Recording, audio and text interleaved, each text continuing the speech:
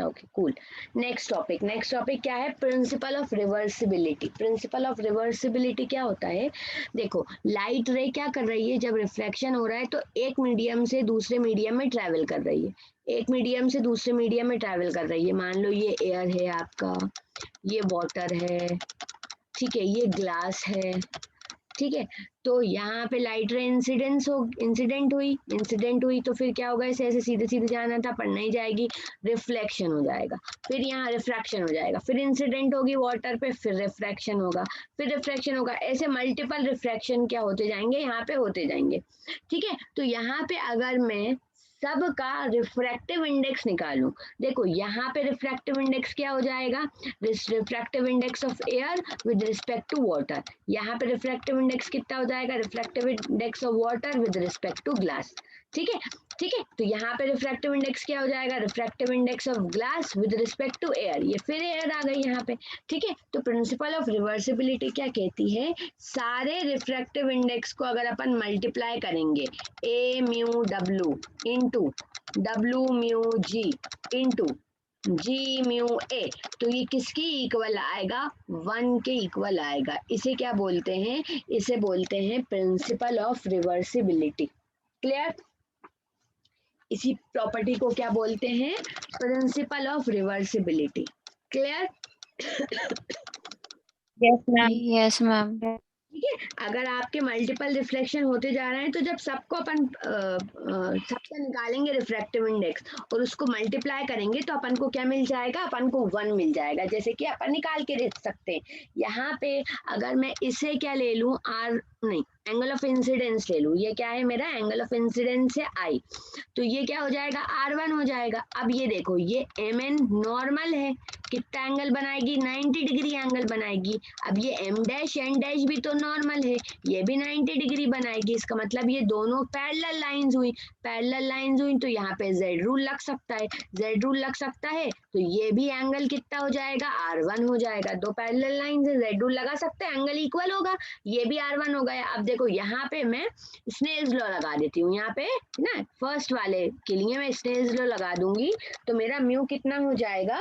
मेरा म्यू हो जाएगा sine i by sine r होता है ना, तो it will be sine i upon sine R1। Clear? ये मेरी पहली इक्वेशन हो गई। कौन सा? Refractive index of air with respect to water. अब मैं सेकंड निकालती हूँ, refractive index of water with respect to glass. अब ये एंगल ऑफ इंसिडेंस हो गया R1, तो मैं इसे कोई और एंगल ले लेती हूँ, R2 एंगल ले लो, लेट्स से R2 एंगल ले लिया मैंने।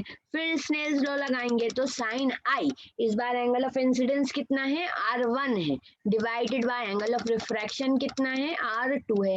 तो ये मेरी इक्वेशन नंबर 2 हो गई। अब थर्ड देखो, ये फिर मेरा R2 हो जाएगा और ये मेरा क्या हो जाएगा? एंगल ऑफ इमर्जेंट हो जाएगा।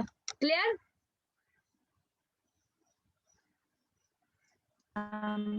ठीक है। Yes ma'am.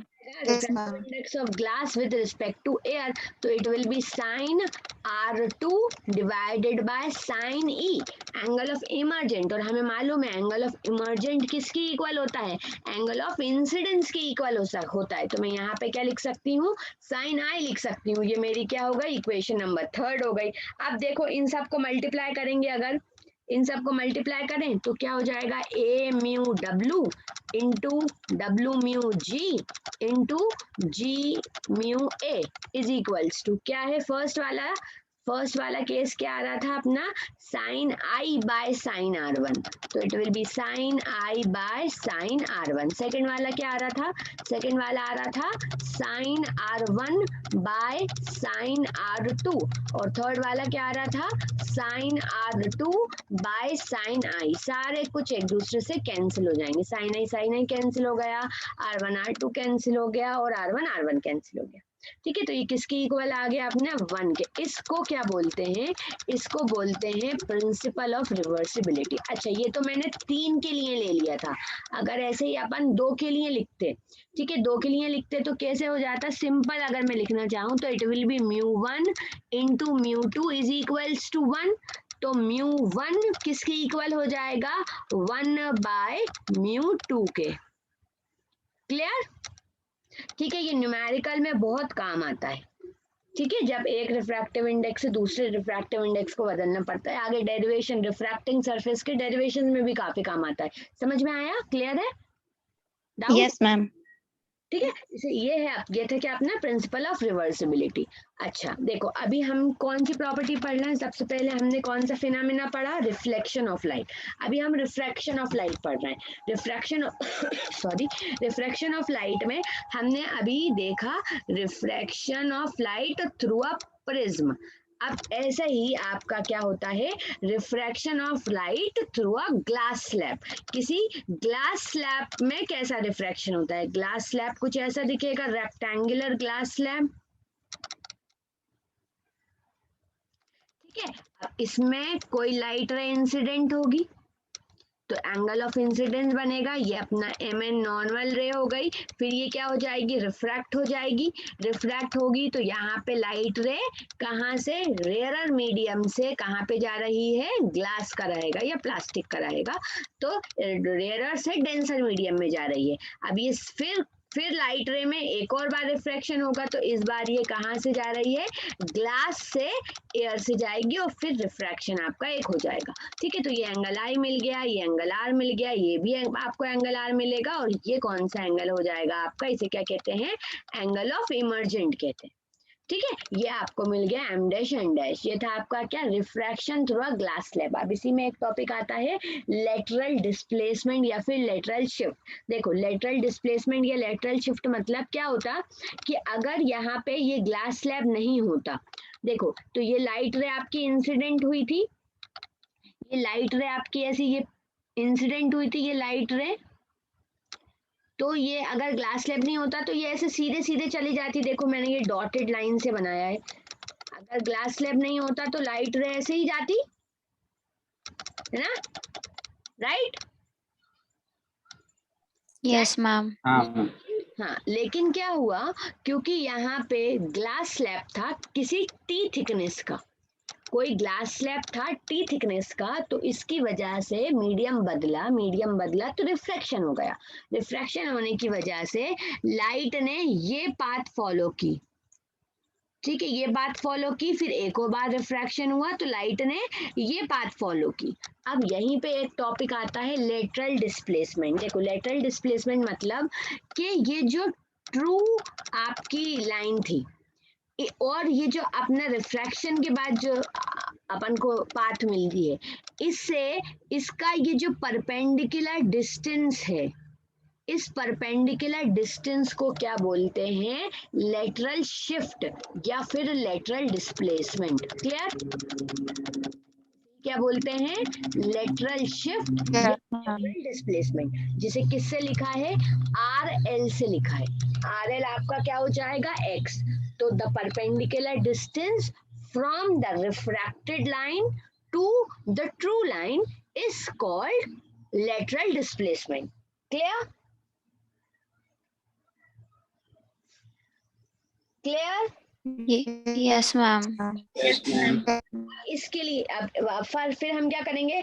इसी की वैल्यू फाइंड आउट करते हैं। इसकी वैल्यू फाइंड आउट करने के लिए, हाँ, इसकी वैल्यू फाइंड आउट करने के लिए क्या करना है? ये आर एल निकालना है, आर एल निकालना है। ओके, देखो ये एंगल ऑफ इंसिडेंस है अपना और ये एंगल ऑफ रिफ्रैक्शन है, तो ये अपना क्या हो जाएगा? एंगल ऑफ डेविएशन हो जाएगा, ये angle of deviation. Yes ma'am. और एंगल ऑफ डेविएशन होता क्या था? I minus R. Angle of deviation क्या हो जाएगा? देखो ये पूरा आई है, ये पूरा आई है और ये पूरा भी आई होना चाहिए था, है ना? तो ये आई किसकी इक्वल हो जाएगा? आई इक्वल हो जाएगा आर प्लस डेल के, तो डेल अपन को क्या मिल जाएगा? आई माइनस आर। ठीक है, तो यहाँ पे मैंने लिख दिया है। तो अब इसी ट्राइंगल में देखो, कौन से ट्राइंगल में? देखो in triangle Q R L, Q R L triangle में आप देखेंगे। ठीक है, तो अपन को क्या फाइंड करना है? आर एल फाइंड करना है। आर एल मतलब एक्स फाइंड करना है। ये रहा एक्स, ये आर एल मुझे फाइंड करना है, जिसे मैं क्या ले रही हूँ? एक्स ले रही हूँ। और ये एंगल ले लिया मैंने। क्यू आर एल ट्राइंगल कुछ ऐसा दिख रहा है आप लोगों को? ऐसा, ये आर एल मुझे फाइंड करना है और ये थीटा एंगल मुझे मालूम है कितना है, आई माइनस एल। तो आई इसके किसी भी एंगल के सामने वाला क्या हो जाता है, परपेंडिकुलर। किसी भी एंगल के सामने वाला क्या हो जाता है, परपेंडिकुलर हो जाता है। और ये 90 डिग्री बन रहा है आपका, है ना। कैसा डिस्टेंस होता है, परपेंडिकुलर डिस्टेंस। तो 90 डिग्री के सामने वाला क्या हो जाएगा, हाइपोटेनस। तो परपेंडिकुलर अपॉन हाइपोटेनस क्या होता है, साइन थीटा। तो मैं साइन एंगल ले सकती हूँ, मैं क्या लिख सकती हूँ, मैं ऐसा लिख सकती हूँ, sine i minus r is equals to perpendicular upon hypotenuse. तो परपेंडिकुलर अपन का क्या आ गया, आर एल। आर एल है कितना, एक्स। आर एल कितना है, X, divided by hypotenuse. Hypotenuse अपन का क्या आ गया, जो 90 डिग्री एंगल होता है उसके सामने वाला, मतलब ये हाइपोटेनस है कितना, क्यू आर। तो कितना आ गया, क्यू आर। तो इसका मतलब एक्स कितना हो गया, एक्स अपना हो गया Q r sine i minus r. ये है अपना क्या, लेटरल डिस्प्लेसमेंट। इसका मतलब अब मुझे सिर्फ क्यू आर की वैल्यू फाइंड आउट करनी है। यस, क्लियर गाइस, क्लियर, कोई डाउट है? No, ma'am. Yes, ma'am. है ना। अब ये मुझे क्यू आर फाइंड करना है। अब क्यू आर फाइंड करना है तो देखो एक और ट्रायंगल, आप लोग एक और ट्रायंगल देखना। ट्रायंगल क्यू एन आर में देखो, ट्रायंगल क्यू एन आर कुछ ऐसा दिख रहा है, ऐसा। ये एम एन है अपनी नॉर्मल, तो ये नॉर्मल है तो 90 डिग्री एंगल बनाएगी, इसके सामने वाला अपना हाइपोटेनस हो जाएगा, ठीक है। हाँ, और ये एंगल अपना क्या है, एंगल ऑफ रिफ्रैक्शन है आर, तो इसके सामने वाला परपेंडिकुलर हो जाएगा ये आर। अब मुझे क्या चाहिए, मुझे बेस की वैल्यू चाहिए, मुझे हाइपोटेनस की वैल्यू चाहिए, है ना। क्यू आर की वैल्यू मुझे चाहिए यहाँ पे। तो क्यू आर की वैल्यू कैसे फाइंड आउट करेंगे, कौन सा एंगल ले लें, ये आर एंगल ले लें। और मुझे ये जो पॉइंट है क्यू आर, इसकी वैल्यू भी मुझे पता है। क्यू आर की वैल्यू क्या दिख रही है, फिगर में देख के बताओ, क्यू आर की वैल्यू क्या दिख रही है,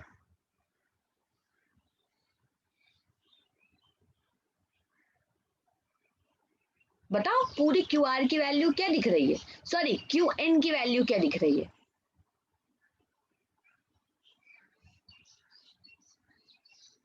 ये है अपना क्यू एन, यहां से यहां तक ये क्यू एन है पूरा। क्यू एन की वैल्यू क्या दिख रही है, thickness of a glass slab, clear. Yes, ma'am. ठीक है, क्यू एन क्या हो जाएगा, Yes. अपन को ये पता है कि ये क्यू एन कितना है, thickness of a glass slab.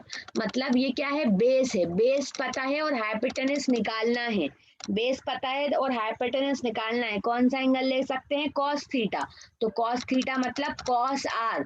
तो कॉस आर क्या हो जाएगा, बेस अपॉन हाइपोटेनस। बेस कितना है, क्यू एन, और हाइपोटेनस अपन को कितनी गिवन है, क्यू आर।